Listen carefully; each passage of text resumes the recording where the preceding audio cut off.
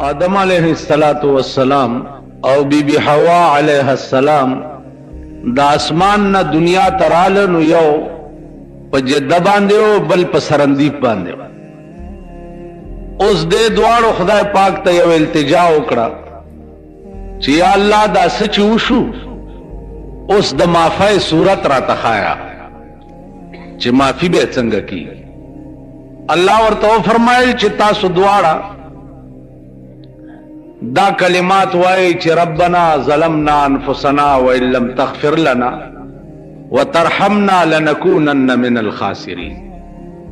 नु बीबी हवा और हजरत आदम अलैहिस्सलातु वस्सलाम दा कलिमात 300 काल हुए। 300 काल पस ची पारफात की कम वड़ू के गुंदे घर दे चागे त जबल रहमत वाई आगे त चिकमे पौड़े खतली दी दे पौड़ो सर निजदे यो चार देवाली गुंदे ताव वड़ू के गुंदी जुमात ते। उलमा वाई च दा हग जुमात ते चिपदे मकाम बांधे द हजरत आदम और बीबी हवा मुलाकात शवे। दी 300 काल अखपलो के सरउरक तमाना ने खबर और जताना नेम खबर पदे मकाम बांधे द द्वारो मुलाकात यो यो तो हुई चिता आदम नहीं और बलबल तो हुई चिता हवा नहीं। नो अगर मकाम न उस चार दिवाली गुंदे ताउदा वड़ू के गुंदी जुमात अजीजानो द दी द्वारो मुलाकात चोश नो अल्लाह पाक दे इंसानानो द पैदाइश निजाम शोरो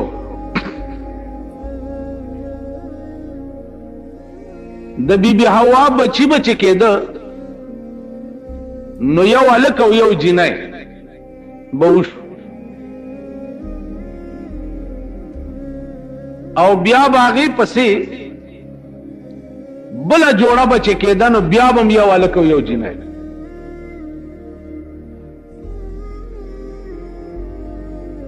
तासु बावरी दिली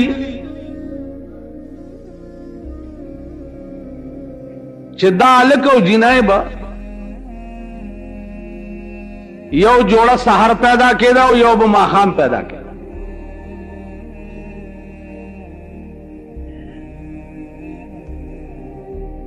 दा बाजे खलकुली के लिए उलमाए मुहक्किकीन वाई चिना यो अलको यो जिनाय बा चिनन पैदाशु नो बल अलको जिनाय बा पखपल मियाद बांधे पैदा के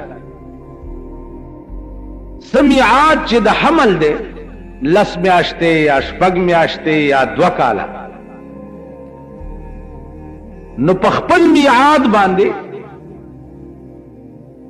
बबिया बला जोड़ा पैदा केदा। अजीजानो द हमल 3 वक्त दी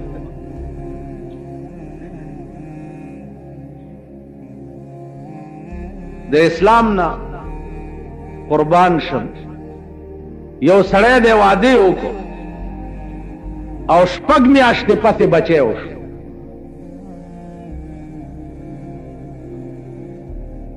आया शरीयत के दा बचे ददे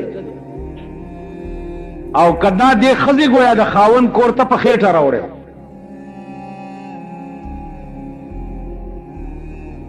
इस्लाम वाई च अकल मुदद हमल च दागा गोया के शपग में आशते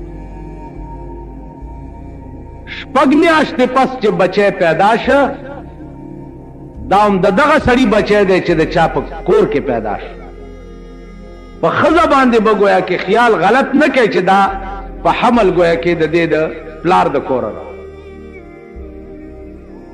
और सत मुदद हमल च दा गलस में आशते और अक्सर मुदद हमल च दा अगा द्वकाला यो बचे शपग में आशते पसम पैदा के देश یو بچه لس میاشتې پسم پیدا کېدی شي او یو بچه 2 کاله پسم پیدا کېدی شي. نو چې 2 کاله پس پیدا شي امم صحیح دی، چې 10 میاشتې پس پیدا شي امم صحیح دی، او چې 6 میاشتې پس پیدا شي امم صحیح. بیا هغې دپاره قانون دی، الولد للفراش، بچه د مغه چا دی چې د چا په کور کې پیدا شي. اسلام څومره لوی پرده پوخ مذهب دی. اوس حمل یو پټه خزانه ده، اس پته نه لګي. اوس مونږ ته چا سره دا ګارنټي شته چې زه مور د خپل پلار نه راوړی یم؟ شته؟ وایي که نه؟ مونږ خو ټول حلالیان دي وایو ځان، لیکن دا ګارنټي چا سره شته چې زه د خپل پلار د نطفې نه د مور په رحم کې پیدا شوی؟ که زما مور خیانت کړی د دې خبرې څه دلیل؟ دغه وجه ده چې د قیامت په ورځ به هر سړي ته د پلار په نوم आवाज نه کیږي. اے د پلانی سړي زویا، دا आवाज به نه کیږي، ځکه چې خو د حشر میدان دی،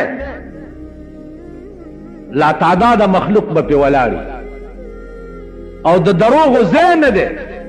نو کېدی شي چې دا مور راوړی د بل چا نه یو دنیا کې پلار بل څوک نو او به شرمیږي.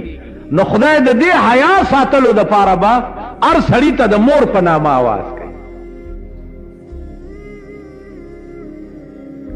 ځکه چې مور دا یقیني ده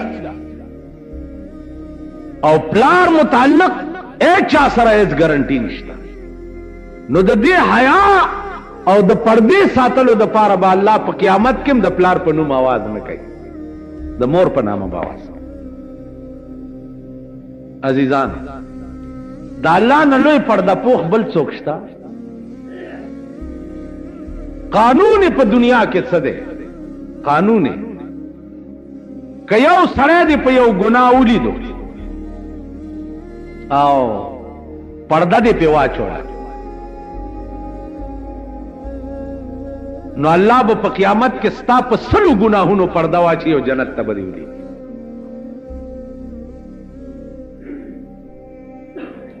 نن خو پردې اچولو کسی نشته. نن خو نه راغه دی چې ته په ما لمن اړوه او زه په تا لمن اړوم، ته ما شرموه او زه تا شرموم. زمونږ ملک د پاکستان غوندې شرمېدلی ملک نن په روی زمین نشته او څه زمونږ د لاسه وشرمېده. مونږ اوزګار یو صاحب، خوراک ډېر دی، روټۍ ډېره ده، جامه ډېره ده، اوزګار یو، بس خو سروزګار ځان له پیدا کړو. لکه تېرو ورځو کې ما هغه د ډم د ښځې د یعنې پرون بیا راته یو سړي ټلیفون وکړو، وایي جي چا نکاح رښتیا مات شوی دی؟ انا لله و ظالمه، ته اوس ډم پسې څه لګیا د خپلې ښځې غم جاړه، خپل غم جاړه چې ستا نکاح چېرته مات نه شي. نو مونږ اوزګار یو. اوس یو سړي تپوس وکړو چې بھائی دا الفاظ یو سړي د ښځې متعلق ویلي، نکاح مات دی که مات نه دی؟ نو فتوا ورکړه. هم که اهل د فتوې یې، هر ملا د دې اهل نه چې هغه فتوې ورکوي، د فتوو خپل خلق دی. زما خپل رائے دا ده چې په ټول صوبه سرحد کې 10 یا 15 علما به چې هغه د فتوی ورکولو اهل دي، نور ټول زمارونه دي. فتوا ورکول د هر کس او ناکس کار خو نه دی. تاسو خیال راغی لکه یو سړي خوب لیدل، خوب لیدلو چې یو خپه مې په مشرق ده او بل په مغرب ده. نو ما غوندې له راغلی دی چې مونږ خو دا غواړو چې جوړ ملا یې نامه یا به په خوبونو پوهېږي یا چې ملا یې نامه یې بس به په فتوو پوهېږي. بابا په آرام کښېنه. ما له راغلی دی جی ما خوب لیدلی چې یو خپه مې په مشرق ده او یو په مغرب ده. نو ما غوندې بزرګ ورته ویلي دي چې خدای چې لا شلېدلی نه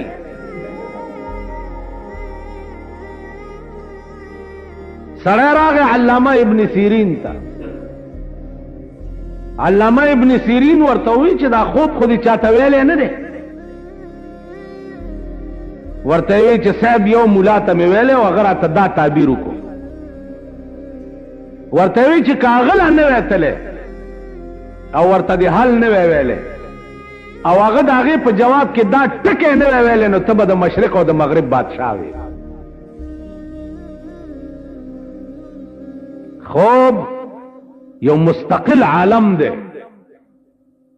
او خوب یو مستقل علم دی چې مونږ له هغه بوی هم نه دی راغلی. بوی نو زما عزیزانو عرض دا و چې دعا دا کوه چې خدای خپله پرده مې ساتي. اوس په بل لمنې څه لاړې؟ نو زمونږ شپه ورځ کار دار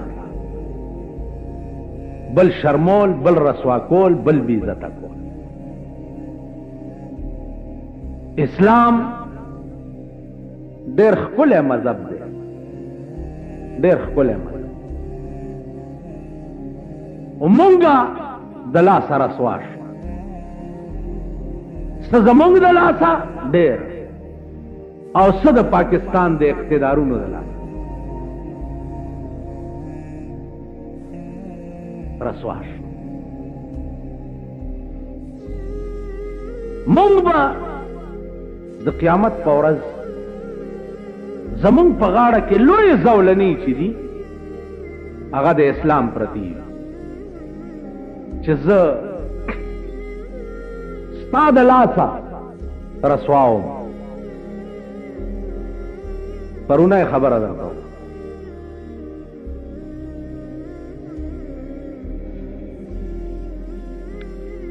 یو سړی دی چا سره د کور تنازع ده.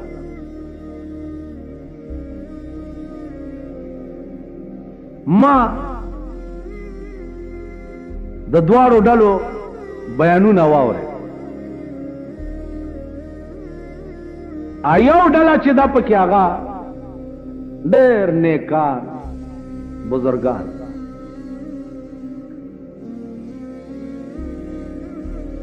نو ما ته وایي چې مولانا صاحب که خبره زمونږ طرف ته نه راخوېږي نو رواج ته یې وباسه بیا یې په شریعت مه فیصله کړه. ما ورته وایي چې خبره هم ستا طرف ته در خوېږي خو چې یو 10 منټه تیر شو بیانونه م واورېده واک مې دواړو نه واغسته او پې ورډز مې واله چې ورډز مې واله نو ټوپونه جوړ کړ چې تا خو ما ته ویلي مال ما خویدل دا معنا چې ستا طرف ته کور دی وراني ما دا درته ویلي ډېر ټوپونه یې ووال زه به دې پوی کړی وی زه به دې دا کړی مال چې مې پوی کړی وی بیا تا چړې لاندې سا چېرته اغسته دا خو چې پوی نه یو دا مری ولا غوسه کوي هغه خوند نو ته ووایه چې دا ستا منځونه دا ستا بزرګي دا ستا نفلونه او دا ستا نو بیا خو ما ولا داسې ګړز ورکړی بیا ټوپونه ډېر وال خو څه کېده نه. نو عزیزانو عرض مې دا و چې ورځ تېرېږي د سردار کونین حدیث ته صلی الله علیه وسلم چې د آخر زمانه اسلام به د هر چا په دې خوله کې وي او د مرۍ نه به ښکته نه وي. تاسو وګورئ د خپل ملک د هر چا په خوله د اسلام نوم شته لیکن د مرۍ نه لاندې بیا اسلام نشته. زه خو ایمانی درته وایم چې یو بزرگ څه د سل شپږ شلو کالو زه ورغلی وم ما ته مولانا صاحب داسې وخت به راشي چې تاسو به په دې ګیرو پورې تنګ یې دا به وایي چې خدای دا څه واښه مې په مخ را ځوړند کړي ویل به په مصله به ولاړې او څه به کې برزبان تسبیح در دل گاو خر برزبان تسبیح در دل گاو خر په ژبه به دې تسبیح وي او په زړه کې به دې گاو خر ای چونی تسبیح که دارد اثر دا تسبیح به څه اثر لري چې ولاړ په منځ کې په مصله ولاړې په صف کې ولاړې اللهم صل علی محمد وعلى آل محمد وے اهدنا الصراط المستقیم وے اور در دل گاو خر عزیزا ګورو په روان درخواست کړو چې منظور شو ا د خدای منظور کړي درخواست مسترد کړ وای ته اهدنا الصراط المستقیم چې موږ کې دروغ نه وي